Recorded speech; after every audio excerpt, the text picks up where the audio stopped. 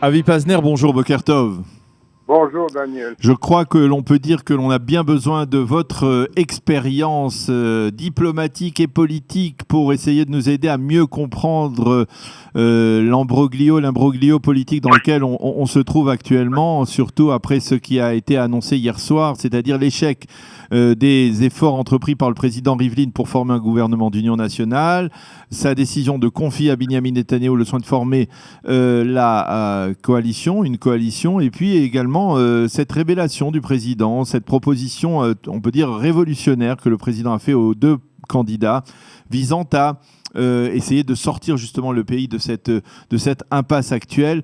Alors, d'abord, première question, est-ce que vous pensez que le président a outrepassé, comme le dit un éditorial ce matin du Haaretz, ses fonctions en faisant cette proposition d'un gouvernement de parité totale entre Benny Gantz et Benyamin Netanyahou, avec une sorte de gouvernement à deux têtes, de premier ministre, de double premier ministre, un premier ministre officiel Netanyahou, un autre premier ministre par intérim Benny Gantz qui remplacerait Netanyahou au cas où celui-ci serait inculpé. Est-ce que ça vous paraît dans l'ordre des choses? Bien, écoutez, c'est dans la situation là où nous nous trouvons, c'est certainement une idée originale que je n'ai pas encore pensé à fond, qui au début semble un peu étrange, oui. Mais quand on y pense un peu plus, eh bien, elle n'est pas logique. Quand on arrive à un imbroglio comme nous sommes maintenant, et que les deux grands partis sont à parité, ça fait déjà la deuxième fois dans deux élections. La première fois, ils avaient 35 et 34, maintenant ils ont 33 et 32. Il y a une parité absolue entre les deux grands partis. Donc, on pourrait envisager cette idée un peu qui au premier abord semble un peu saugrenue, mais adaptée à la réalité d'Israël. J'aimerais vous rappeler qu'en 86... En 84. En 84, évidemment, quand Peres et Shamir ont essayé de former un gouvernement, l'idée de la rotation est venue. La rotation, c'est-à-dire l'un serait Premier ministre 2 ans, l'autre serait alors vice-premier ministre, et après il changerait. Là aussi, ça a paru absurde. Tout le monde était certain qu'au bout de 2 ans, Pérez ne donnerait jamais les rênes à Shamir. Et pourtant, cela s'est fait. Et ce gouvernement d'union nationale a duré depuis octobre 84 jusqu'en avril 90. C'est-à-dire, ça a duré presque 6 ans. Donc, la formule était bonne. Dans une situation étrange dans laquelle nous nous trouvons, d'ailleurs, qui a été fabriquée par les partis eux-mêmes, parce que quand l'un dit avec celui-là, je ne siégerai pas, et l'autre, je l'ostracise, celui-là ne me plaît pas, eh bien, allez former un gouvernement. Vous comprenez, quand tout le monde, pendant la campagne électorale, s'est mis dans une situation où il ne peut parler qu'avec celui-là ou qu'avec celui-là, mais bien sûr que c'est difficile de former un gouvernement. Donc, je ne vois pas l'idée a priori de Rivlin comme saugrenue. C'est une idée originale, comme l'était en 84 l'idée de la rotation. Qui était une idée, il faut le préciser, du président Chaim Herzog, qui avait forcé les deux leaders à s'asseoir à la même table. Hein. Absolument, absolument. Vous avez raison. On était dans une situation comme maintenant. Il y avait eu d'ailleurs, il faut préciser, pour comparer, si je ne m'abuse, vous étiez on va dire, dans l'entourage d'Yitzhak Shamir à l'époque, et à l'époque, si je ne m'abuse, il y avait déjà eu une tentative faite par Shimon Peres qui avait échoué, et puis c'est face à l'impasse que le président Herzog avait décidé d'asseoir les deux et de les forcer à l'Union nationale. Absolument. Mais là, on voit que Rivlin ne leur a pas imposé cette union nationale. Il leur a laissé le choix, puisque finalement, on voit que ça n'a pas abouti. Bon, il laisse le choix. On dit, je ne sais pas si c'est exact, que Netanyahou va essayer 1 semaine, 10 jours, et que s'il voit que rien n'arrive, il remet son mandat au président Rivlin, qui alors le donnera à Gantz. Il y a d'ailleurs eu ce matin une nouvelle curieuse. que la liste arabe avait dit que c'est Carole Lavan qui avait demandé à ce que les gens de Balad, les députés de Balad, qui sont la partie la plus extrême de la liste arabe, ne recommandent pas Gantz. Comme ça, il aura moins de recommandations que Netanyahou, et il sera le deuxième appelé à former un gouvernement, et il pense qu'il aura alors plus de chance. Okay? Mais tout ça, maintenant, on va vivre dans des spéculations. Dans des journées, spéculations, des journées très tendues, et tout le monde mais tous les partis se sont mis dans des positions où il aurait très difficile. Regardez par exemple Lieberman. Lieberman, il a toute une liste de gens avec lesquels il ne siégera pas. Il ne siégera pas avec les Haredim, les ultra-orthodoxes. Il ne siégera pas avec les Arabes et il ne siégera pas non plus avec Meretz. Vous comprenez? Et il ne siégera pas obligatoirement avec le Likoud si c'est Netanyahou qui est à sa tête. Ça, il l'a pas dit. Par exemple, ça, il l'a pas encore dit. Oui, il l'a pas dit, mais ce qu'il fait, quand on juge ses actions, c'est pour que Netanyahou ne soit pas à la tête du Likoud, mais il ne l'a pas dit. Alors, ça nous amène justement à Binyamin Netanyahou. On peut dire que, et là je voudrais que vous me donniez votre appréciation, à quel point la situation juridique, judiciaire, on va dire, du Premier ministre, est responsable de cette crise. Est responsable pour beaucoup, parce que le fait que Binyamin Netanyahou, de son point de vue, doit être Premier ministre pour éviter ses ennuis, ou pour essayer d'éviter une partie de ses ennuis, ou pour avoir plus de place de manœuvre dans ses ennuis judiciaires, cela complique évidemment la situation. Et le fait que le parti Kahol Lavan, le parti bleu-blanc, a dit qu'il ne siégerait pas sous un Premier ministre qui a été inculpé, ça aussi, ça rend les choses beaucoup plus difficiles. Mais dans la proposition de Reuven Rivlin, il semblait qu'il y avait une possibilité. Le président avait proposé une option de sortie, c'est-à-dire que si Binyamin Netanyahou devait être officiellement inculpé après son audition, c'est-à-dire dans quelques mois, il serait obligé de se mettre en vacances du pouvoir. Et donc, quelque part, ça répond aux exigences de Bleu-Blanc. Oui. Il se mettrait en vacances du pouvoir. Il resterait Premier ministre officiellement, mais c'est Benny Gantz qui gérerait les affaires de l'État sans Binyamin Netanyahou, puisque celui-ci, on va dire, en dépit de la loi qui ne l'oblige pas à démissionner, se mettrait en vacances du pouvoir et se consacrerait à ses affaires. Oui, mais je ne vois pas exactement Binyamin Netanyahou agréé à ça. Je crois que Benny Gantz n'aurait pas de problème, mais Netanyahou, lui, veut rester Premier ministre pour combattre en tant que Premier ministre toute idée de le traîner en justice.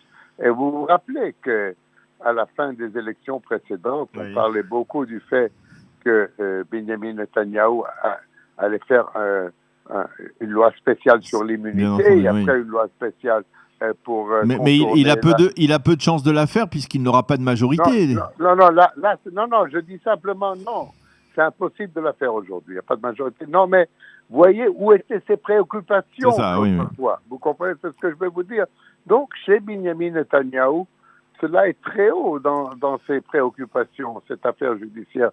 Bien sûr que c'est très haut, et cela guide beaucoup de ses mouvements politiques. Donc, moi, a priori, encore une fois, je vous le dis, Daniel, a priori, je vois dans la proposition du président Rivlin, je vois une possibilité, mais je ne sais pas comment elle sera accueillie par les partis. Pour le moment, je n'ai pas vu beaucoup de réactions, en tout cas pas des deux grands partis. On peut voir des fois, si au bout d'une semaine, il y a Rosh Hashanah au milieu, 10 jours, 2 semaines, Netanyahou vient et dit à Rivlin, non, je ne peux pas former de gouvernement, peut-être qu'alors là, il soulèvera encore une fois cette possibilité, qui est une nouvelle possibilité, et qui au moins partiellement répond aux besoins de Netanyahou et aux besoins de Kahol Lavan, de bleu et blanc. Alors, je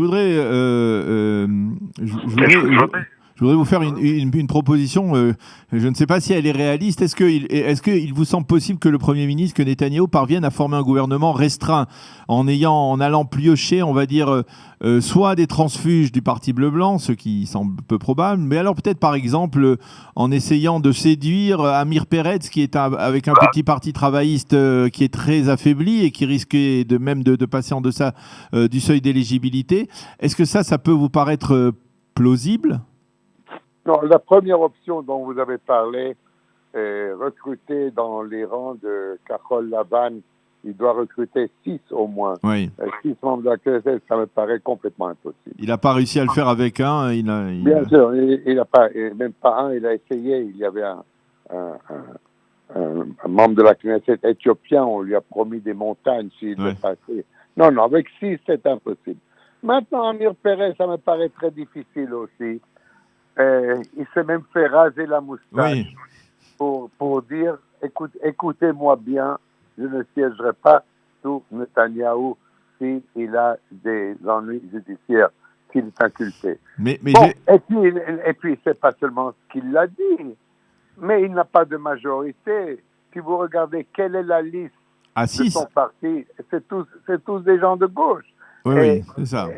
Et aussi son comité central, c'est très à gauche. Lui, il a pris Orly Levy Aboukassis, elle était un peu de droite maintenant, mais c'est la seule. Vous savez, Avid, on a déjà vu des cas de figure presque incohérents, plus qu'incohérents dans l'histoire politique d'Israël, et celui-ci serait peut-être pas obligatoirement totalement illogique dans la mesure où, et vous, enfin observateur politique que vous êtes, vous savez très bien que lorsqu'il y a un fort parti centriste comme Le Blanc ou comme à l'époque Kadima, eh bien le parti travailliste est quasiment menacé de disparition. Donc pour sauver son parti, eh bien, il a tout à fait intérêt à éclipser Bleu-Blanc de la scène politique et donc de le faire siéger dans l'opposition, parce que Bleu-Blanc dans l'opposition ne tiendra pas uni plus que quelques mois. Bon, écoutez, Daniel, je ne dis pas à 100% que c'est impossible. Il y a peut-être une toute petite possibilité, mais n'oubliez pas qu'un tel geste de la part du Parti travailliste serait aussi suicidaire. S'ils joignent le gouvernement de Netanyahou, qui va voter pour eux la prochaine fois? Qui va voter pour un parti qui a dit pendant toute la campagne, non, jamais de la vie, nous n'irons avec un Premier ministre sous inculpation. Donc il y a le danger. C'est vrai que vous pouvez me dire, Amir Peretz, il a 70 ans, il se dit, bon, je serai ministre pendant 4 ans, puis après qu'il se débrouille. C'est une possibilité très cynique. Et je ne la vois pas se concrétiser, même comme si vous le dites, elle n'est pas impossible. Moi, je ne la vois pas se concrétiser. Alors, et une dernière question à vie, ça nous ramène aux affaires judiciaires du Premier ministre. Est-ce que vous avez remarqué, ou est-ce que vous avez vous-même constaté que à partir du moment où Binyamin Netanyahou semblait affaibli par les résultats des élections, eh bien, dans certains milieux, on a affirmé que, eh bien, on pourrait trouver, si Binyamin Netanyahou se retirait de la vie politique, on pourrait trouver un compromis pour lui éviter un procès et à plus forte raison une condamnation, et que l'on trouverait certainement un compromis. On a même envisagé la possibilité que le président lui accorde à l'avance une sorte d'amnistie. Qu'est-ce que ça vous inspire tout cela? C'est-à-dire, on a le sentiment que quelque part, tant que Binyamin Netanyahou est au pouvoir, eh bien, il est accusé de faits extrêmement graves, apparemment extrêmement graves, de corruption, etc., d'abus de confiance et de fraude. Mais s'il est mis de côté, eh bien, on peut s'arranger. Oui, vous savez, Daniel, il y a des précédents à cela. Il y a 2 précédents très connus. L'un en 85 ou 86, lorsque le président Herzog avait gracié les ténors de l'affaire 300. Oui, dans l'affaire 300, ils n'ont pas été jugés. C'est-à-dire le président Herzog leur a donné l'immunité ou les a graciés sans qu'il y ait eu procès. Ça ne s'est jamais passé. Et il y a eu certainement beaucoup de critiques, mais tout le monde a trouvé que c'était une bonne solution. Et puis, il y a eu le cas du président Weizmann, où on avait trouvé qu'il avait reçu qu'il recevait de son ami à lui une pension régulière. Et au lieu de faire un procès, on était arrivé à une entente selon laquelle il se retirerait et on oublierait l'affaire. Ce n'est pas possible dans le cas de Netanyahou. Ça veut dire que les accusations portées contre Netanyahou, elles ne sont graves que s'il est Premier ministre. S'il n'est plus Premier ministre, oui, comment vous expliquez un truc? Ouais. Comment vous expliquez quelque chose comme cela? C'est bien. Écoutez, c'est là où la politique se mêle à la justice. C'est exactement le point cardinal où la politique se mêle à la justice. Même si je ne vois pas un scénario comme celui-ci avec Netanyahou, car Netanyahou est un combattant et je ne le vois pas, je n'exclus pas cette possibilité. Je n'exclus pas cette possibilité si tout le monde comprend que c'est là la solution de l'imbroglio dans lequel nous nous trouvons. Je n'exclus pas, mais je ne lui donne pas beaucoup de chance. Eh bien, Avi Pazner, merci beaucoup d'avoir accepté de vous livrer à cet exercice pas facile de commenter cette actualité, en tout cas cette actualité politique, dans le cadre de cet imbroglio dans lequel on se trouve en Israël. Je rappelle qu'on parle maintenant même d'élections, de 3e session d'élections pour dans quelques mois. Ça peut paraître totalement stupéfiant, mais c'est la réalité. Merci d'avoir été avec nous, Avi Pazner, et à bientôt. Bonne journée. Merci à vous, Daniel. Et Shana Tova. Shana Tova à vous et à tous les auditeurs. Merci beaucoup, Shana Tova.